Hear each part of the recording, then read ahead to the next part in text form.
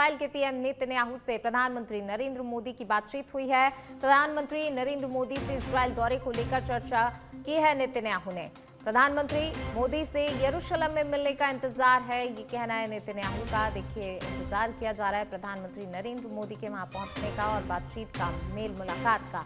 2 दिन के इजराइल दौरे पर जाएंगे प्रधानमंत्री मोदी। 25 और 26 फरवरी को इजराइल दौरे पर रहेंगे। आधुनिक हथियार समेत कई अहम डील संभव बताई जा रही है। वहीं लंबी दूरी के हथियारों की खरीद संभव बताई जा रही है। अन्य क्षेत्रों में भी सहयोग संभव है। प्रधानमंत्री नरेंद्र मोदी इजराइल के दौरे पर रहेंगे, जिसको लेकर बातचीत हुई है इजराइल के प्रधानमंत्री नेतन्याहू से। प्रधानमंत्री नरेंद्र मोदी की चर्चा, यरूशलेम में मिलने का इंतजार, नेतन्याहू ने ऐसा कहा। देखिए, महत्वपूर्ण दौरा प्रधानमंत्री नरेंद्र मोदी का, क्योंकि हथियारों की खरीद यहां पर संभव है। खासतौर से अगर बात की जाए लंबी दूरी के हथियारों की खरीद यहां पर संभव बताई जा रही है। खबरों में आगे बढ़ेंगे, बात अगली खबर की। केंद्रीय मंत्री अर्जुन राम मेघवाल करेंगे प्रेस कॉन्फ्रेंस। जी हां, प्रेस कॉन्फ्रेंस करने वाले हैं मेघवाल। दिल्ली में आज दोपहर 12 बजे का वक्त तय किया गया है प्रेस कॉन्फ्रेंस के लिए।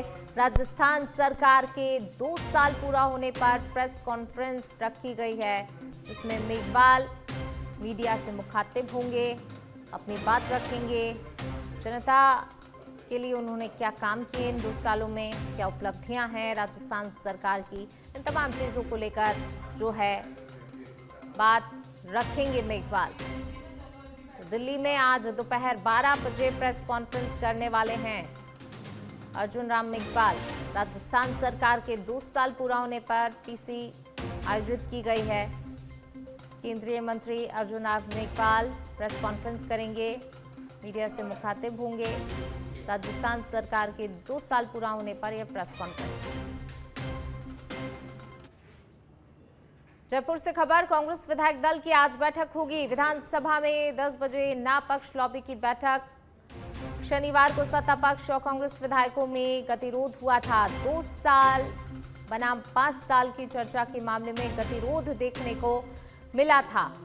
बैठक में कांग्रेस विधायक दल आगे के लिए रणनीति बनाएगा। तो 2 साल वर्सेस 5 साल को लेकर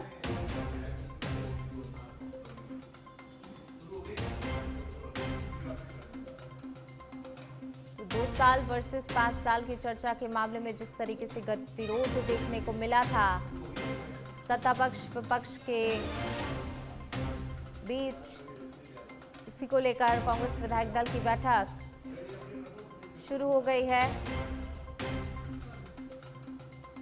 कांग्रेस विधायक दल की बैठक शुरू हो चुकी है, जिसमें आगे के लिए रणनीति तय की जाएगी और इस पर सभी की निगाहें भी बैठक के बाद आखिर क्या बातें सामने निकल कर आती हैं, क्या विपक्ष की रणनीति रहती है, ये देखने वाली बात होगी। 2 साल बनाम 5 साल की चर्चा के मामले में गतिरोध देखने को मिला था जब शनिवार को सदन के अंदर चर्चा हुई थी 2 साल वर्सेस 5 साल को लेकर। आखिरकार बीजेपी ने 2 सालों में क्या किया और कांग्रेस ने अपने 5 साल के शासनकाल में क्या किया, इन तमाम चीजों को लेकर चर्चा हुई, बहस देखने को मिली सदन के अंदर और गतिरोध जमकर देखा गया। अब इसी के बाद कांग्रेस विधायक दल की ये बैठक में रणनीति बनेगी कि आखिरकार आगे जो है कैसे काम करना है, किन मुद्दों को लेकर सत्ता पक्ष को घेरना है। तमाम बातें जो है इस बैठक के दौरान उठ सकती हैं, जिस पर सभी की निगाहें भी होंगी कि आखिरकार इस बैठक में क्या बातें हुई हैं, क्या रणनीति बनाई गई है, किन मुद्दों को लेकर जो है विपक्ष सरकार को घेरेगा।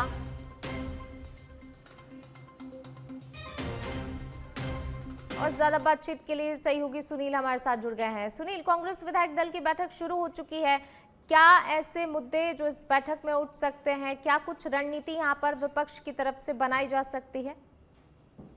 बिल्कुल पूनम, देखिए कांग्रेस विधायक दल की इस बैठक को काफी अहम माना जा रहा है, क्योंकि जो पिछले दिन विधानसभा यानी शुक्रवार को जब विधानसभा चल रही थी उसके बाद में 5 साल बनाम 2 साल का के कामकाज पर बहस का एक जो है व्यवस्था स्पीकर ने दी थी। उसके बाद जोरदार हंगामा है सदन में, वो देखा गया था। विपक्ष ने वॉकआउट भी किया था। विपक्ष सदन से बहिर्गमन करने के बाद में जो उस कार्रवाई में वो जो 5 साल बनाम 2 साल की जो बहस है उसमें शामिल नहीं हुआ था। हालांकि मुख्यमंत्री भजनलाल शर्मा ने उसमें अपना संबोधन है वो दिया था।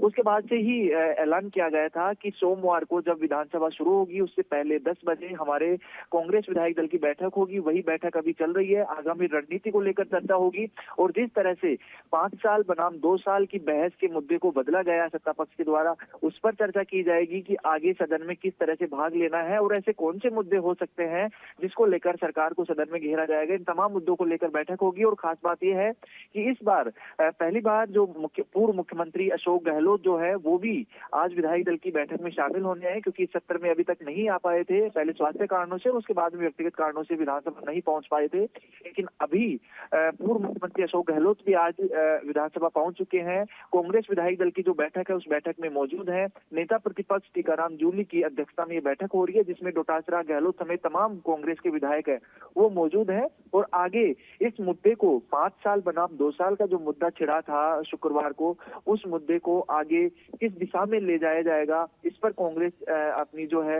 वो रणनीति बनाएगी। इसके अलावा क्योंकि अब लगभग 10 दिन के आसपास विधानसभा और चल रही है। यह सत्र जो बजट सत्र भी था, बजट भी पेश हुआ था, तो बजट को लेकर भी यहाँ पर कांग्रेस है वो अपनी रणनीति में नई धार जो है वो देने की कोशिश करेगी। तमाम विधायकों से रायशुमारी की जाएगी। पूनम। बिल्कुल, शुक्रिया सुनील इस तमाम जानकारी को साझा करने के लिए।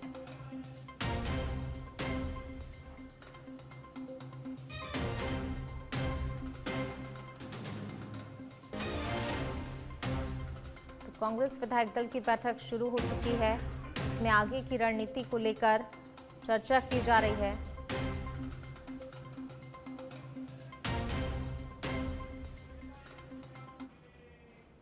बढ़ेंगे आगे। जयपुर से खबर, कहीं 3 तो कहीं 4 मार्च को बरसेगा होली का रंग। जी हां, भाजपा शासित 3 प्रदेशों में होली का अलग अलग अवकाश होने से भ्रम की स्थिति बनी हुई है। राजस्थान, एमपी में 2 मार्च को होली का दहन और 3 मार्च को धुलेंडी का अवकाश है। तो वहीं हरियाणा, यूपी और दिल्ली में 4 मार्च को होली का अवकाश रहेगा।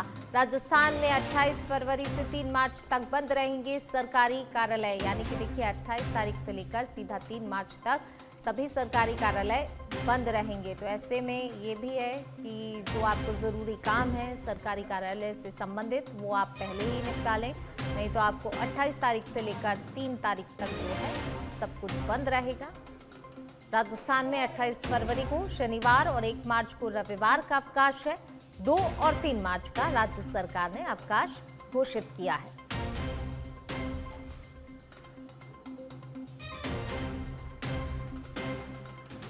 जयपुर से ये खबर आपको बता रहे हैं। देखिए कहीं 3 तो कहीं 4 मार्च को रंग बरसेगा, यानी कि अलग अलग तिथियों में होली का रंग जो है अलग अलग प्रदेशों में बरसेगा। जयपुर से खबर, होली पर प्रदेश में तेज गर्मी पड़ने के संकेत दिए हैं मौसम विभाग ने। मौसम केंद्र जयपुर ने अगले 1 सप्ताह मौसम साफ रहने का अनुमान जताया है। जयपुर, अजमेर, जोधपुर, बीकानेर, भरतपुर संभाग में दिन का तापमान 30 डिग्री सेल्सियस के आसपास। 23 और 24 फरवरी को हल्के बादल छाए रहने की आशंका जताई गई है। बारिश की संभावना हालांकि नहीं है। गंगानगर में पारा सामान्य से 6.1 डिग्री सेल्सियस ऊपर दर्ज किया गया है। पिलानी, जैसलमेर, बीकानेर, बाड़मेर में भी तापमान में बढ़ोतरी देखी गई है। जयपुर में अधिकतम तापमान 2 डिग्री ज्यादा रिकॉर्ड किया गया है। कम पश्चिमी विक्षोभ से समय से पहले गर्मी की आशंका जताई गई है। मार्च के पहले सप्ताह में पारा 38 डिग्री सेल्सियस तक पहुंच सकता है। वहीं कोटा, उदयपुर समेत कई जिलों में बादल पर बारिश के आसार कम है। ट्रॉली से बड़ी खबर, हिंडौन सिटी में हुआ भीषण सड़क हादसा। जी हां, ट्रैक्टर ट्रॉली ने बाइक को टक्कर मारी है। हादसे में पिता, पुत्र और दामाद की मौत हो गई। भतीजा मुनीम जाटव घायल हुआ है। पनवेड़ा गांव से अलीपुरा लौट रहे थे सभी लोग। रास्ते में शमशान घाट मोड़ पर हादसा हुआ जिसमें 3 लोगों की मौत हो गई। देखिए दर्दनाक मौत सड़क हादसे में, वहीं एक जो भतीजा साथ में था वो घायल हुआ है। हालांकि घटना की जानकारी जो है पुलिस को मिली। सूचना पर सदर थाना पुलिस मौके पर पहुंची। शवों को हिंडौन जिला अस्पताल की मोर्चरी में रखवाया गया है। डीएसपी मुनीश कुमार मीणा भी जिला अस्पताल पहुंचे। उन्होंने घटनाक्रम की पूरी जानकारी ली। रास्ते में शमशान घाट मोड़ के पास ये दर्दनाक सड़क हादसा, इसमें 3 व्यक्तियों की मौत हो गई, एक घायल है।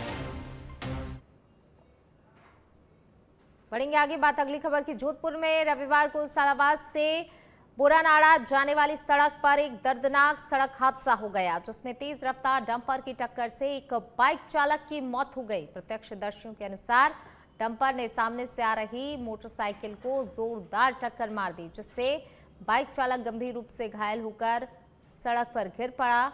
स्थानीय लोगों ने तुरंत ही एम्बुलेंस की सहायता से घायल को अस्पताल पहुंचाया, लेकिन चिकित्सकों ने जांच के बाद उसे मृत घोषित कर दिया। हादसे के बाद डंपर चालक मौके से फरार हो गया। सूचना मिलते ही पुलिस भी मौके पर पहुंची और शव को कब्जे में लेकर पोस्टमार्टम के लिए भेज दिया गया और मामला दर्ज कर फरार चालक की तलाश शुरू कर दी गई है।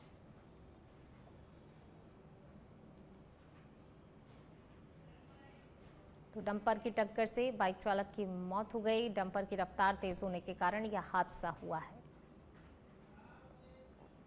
और अब खबर सिरोही के पिंडवाड़ा से है। स्वरूपगंज क्षेत्र में तेल से भरा हुआ टैंकर पलट गया। हादसे में टैंकर चालक घायल हो गया। घायल चालक को इलाज के लिए सिरोही अस्पताल में भर्ती करवाया गया है। टैंकर पलटने से हजारों लीटर तेल जो है सड़क और खेतों में बह गया। तेल बहता देख मौके पर लोगों की भारी भीड़ जमा हो गई। कई लोग जो है अपने घरों से डिब्बे और केन लेकर मौके पर पहुंच गए और तेल जो है भरने लगे। सूचना मिलते ही पुलिस मौके पर पहुंची और हालात को किसी तरह काबू किया। तो देखिए तेल से भरा हुआ टैंकर था जो पलट गया, जिसमें चालक घायल हो गया और ये सड़कों पर आपको तेल नजर आ रहा होगा, जिसको भरने के लिए ग्रामीणों की भीड़ जमा हो गई। बढ़ते आगे बात अगली खबर की। झुंझुनू से बड़ी खबर आपको बता रहे हैं। धनूरी टोल प्लाजा पर पुलिस की कार्रवाई से विवाद गहरा गया। आंदोलनकारियों को हिरासत में लेकर थाने ले जाया गया। पुलिस हटते ही ग्रामीणों ने दोबारा टोल बंद कराया। टोल संघर्ष समिति के 13 पदाधिकारी बाद में रिहा हो गए हैं। 20 किलोमीटर के दायरे के गांवों को टोल मुक्त करने की मांग की जा रही है। 2 टोल के बीच 60 किलोमीटर दूरी नियम लागू करने की मांग इनके द्वारा की गई है। बिना सूचना कार्रवाई का प्रशासन पर आरोप है। नियमों के विरुद्ध टोल संचालन का विरोध अब तेज हो गया है। पेड़ारोपण और निर्माण मानकों के उल्लंघन का आरोप लगाया गया है। मांगे नहीं मानी गई तो आंदोलन जारी रखने की चेतावनी दी गई है। तो देखिए पुलिस की कार्रवाई से विवाद गहराया है। बिना सूचना कार्रवाई का प्रशासन पर आरोप लगा है। नियमों के विरुद्ध टोल संचालन का विरोध तेज होता हुआ नजर आ रहा है। पेड़ारोपण और निर्माण मानकों के उल्लंघन का आरोप है। देखिए किस तरीके से जो है यहाँ पर विवाद गहराया है। पुलिस को कहीं ना कहीं हल्का बल प्रयोग भी करना पड़ा। झुंझुनू से ये बड़ी खबर आपको बता रहे हैं। धनूरी टोल प्लाजा की तस्वीरें हैं जहां पुलिस कार्रवाई से विवाद गहरा गया है। बढ़ेंगे आगे, बात करेंगे अगली खबर की। सिरोही के मंडार से खबर है। नंदी को बचाने के प्रयास में पुलिस की गाड़ी पलट गई। पुलिस चौकी भटाड़ा की गाड़ी के बीच रास्ते में अचानक नंदी आ गया और इसी के चलते बैलेंस कहीं ना कहीं बिगड़ा और गाड़ी पलट गई। हादसे में कांस्टेबल हमीरा राम के सिर पर गंभीर चोटें आई हैं। हादसे में घायल को इलाज के लिए गुजरात अस्पताल रेफर किया गया है। मंडार थाना क्षेत्र के सोनेला गांव के पास की यह घटना बताई जा रही है। और अब खबर सीकर से है। विश्व प्रसिद्ध बाबा श्याम के फाल्गुनी लक्खी मेले का आज तीसरा दिन है। श्रद्धालुओं की संख्या में लगातार बढ़ोतरी देखी जा रही है, यानी कि दर्शन करने के लिए लगातार भक्तों की संख्या बढ़ रही है। देश के कोने कोने से बाबा श्याम के दर्शन करने के लिए, एक झलक पाने के लिए भक्त पहुंच रहे हैं खाटू धाम। विभिन्न राज्यों से लाए गए सफेद और गुलाबी रंग के फूलों से बाबा श्याम का मनमोहक देखिए श्रृंगार किया गया है। तस्वीरों के माध्यम से आप देख सकते हैं किस तरीके से जो है काफी आकर्षक जो है ये नज़ारा है, श्रद्धालुओं के आकर्षण का केंद्र बना हुआ है। इस तरीके से बाबा श्याम का विशेष श्रृंगार यहाँ पर किया गया है। आज मंगला आरती के समय से ही मंदिर में भक्तों की भारी भीड़ उमड़ रही है। मेले के दूसरे दिन रविवार को करीब 3 लाख से अधिक श्रद्धालुओं ने दर्शन किए थे बाबा श्याम के। तो देखिए लगातार भक्तों की संख्या में इजाफा देखा जा रहा है। लगातार बाबा श्याम की झलक पाने के लिए, उनके दर्शन करने के लिए भक्त देखिए किस तरीके से आतुर हैं। लगातार जो है ये संख्या दिन प्रतिदिन बढ़ती जा रही है। रतनगढ़ क्षेत्र में रविवार रात एक दर्दनाक सड़क हादसे में बाइक सवार युवक की मौत हो गई। जानकारी के अनुसार तहसील के गांव मैड़ासर के पास अज्ञात वाहन ने बाइक को टक्कर मार दी।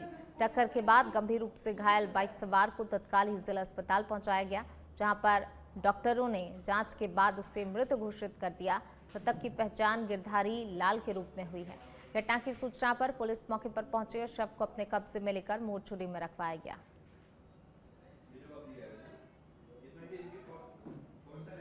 जयपुर से खबर, एक दिवसीय राज्य स्तरीय प्रशिक्षण आयोजित आर्थिक एवं सांख्यिकी निदेशालय के कृषि एवं टीआरएस अनुभाग द्वारा आयोजन किया गया प्रशिक्षण कार्यक्रम हरीश चंद्र माथुर राज्य लोक प्रशासन संस्थान जयपुर में संपन्न हुआ। कार्यक्रम का उद्घाटन केंद्रीय कृषि एवं किसान कल्याण मंत्रालय की निदेशक एवं अतिरिक्त सांख्यिकी सलाहकार सोनिया शर्मा ने किया। निदेशक एवं संयुक्त शासन सचिव विनेश सिंह भी कार्यक्रम में उपस्थित रहे। डिजिटल सामान्य फसल अनुमान सर्वेक्षण के प्रभावी क्रियान्वयन पर प्रशिक्षण दिया गया। डीजीसीएस से पारंपरिक सर्वेक्षण प्रणाली को आधुनिक तकनीक से सुदृढ़ किया गया है। फसल कटाई प्रयोग के आंकड़ों की गुणवत्ता और उपज अनुमान की सटीकता में वृद्धि, मोबाइल ऐप के माध्यम से रियल टाइम में सीसीई डेटा संकलन की सुविधा, वेब पोर्टल के जरिए पारदर्शी, प्रामाणिक और त्वरित उपज अनुमान तैयार करना संभव है। राज्य स्तरीय प्रशिक्षण में 85 जिला स्तरीय अधिकारी और कर्मचारी शामिल हुए। झुंझुनू जिले के खेतड़ी उपखंड की ग्राम पंचायत जसरापुर में power grid corporation of India की CSR योजना के तहत 2 करोड़ 11 लाख रुपए की लागत से नए प्राथमिक स्वास्थ्य केंद्र भवन का शिलान्यास किया गया। खेतड़ी विधायक इंजीनियर धर्मपाल गुर्जर ने आधारशिला रखी और 5 विकास कार्यों का उद्घाटन किया। इस अवसर पर ग्राम पंचायत क्षेत्र में 16 विकास कार्यों का शिलान्यास और लोकार्पण किया गया। विधायक ने कहा कि नए PHC भवन से क्षेत्रवासियों को बेहतर स्वास्थ्य सुविधाएं मिलेंगी। ग्राम जसरापुर में जो हमारा PHC का एक भवन था, बहुत जर्जर स्थिति में था और उसमें एक घटना भी हुई थी। वो तो ईश्वर ने थोड़ा हमारे पे आशीर्वाद रखा कि बहुत बड़ी कोई दुर्घटना नहीं हुई। उसके तुरंत उपरांत हम लोगों ने इसके नए भवन बनाने की हमने एक योजना चलाई। उसमें हमारा जो पावर ग्रिड है, यहाँ पर बहुत बड़ा पावर ग्रिड है, उसने हमें 2 करोड़ 11 लाख रुपए देके एक उसकी शुरुआत की है। निश्चित रूप से आज उसका शिलान्यास हुआ है और इस शिलान्यास के बाद में यहाँ भवन बन के तैयार रहेगा। बहुत बढ़िया भवन बनेगा। उसमें अगर और भी कोई सरकारी मदद होगी तो निश्चित रूप से हम करेंगे और यहाँ की PHC को हम CHC में कन्वर्ट करने के लिए और लोगों को लाभ दिलाने के लिए हम निरंतर प्रयासरत हैं। और निश्चित रूप से भगवान की अगर ठंडी छाया रही तो निश्चित रूप से हम लोग उसमें भी कामयाब होंगे। यहाँ जिले के भी अधिकारी आए।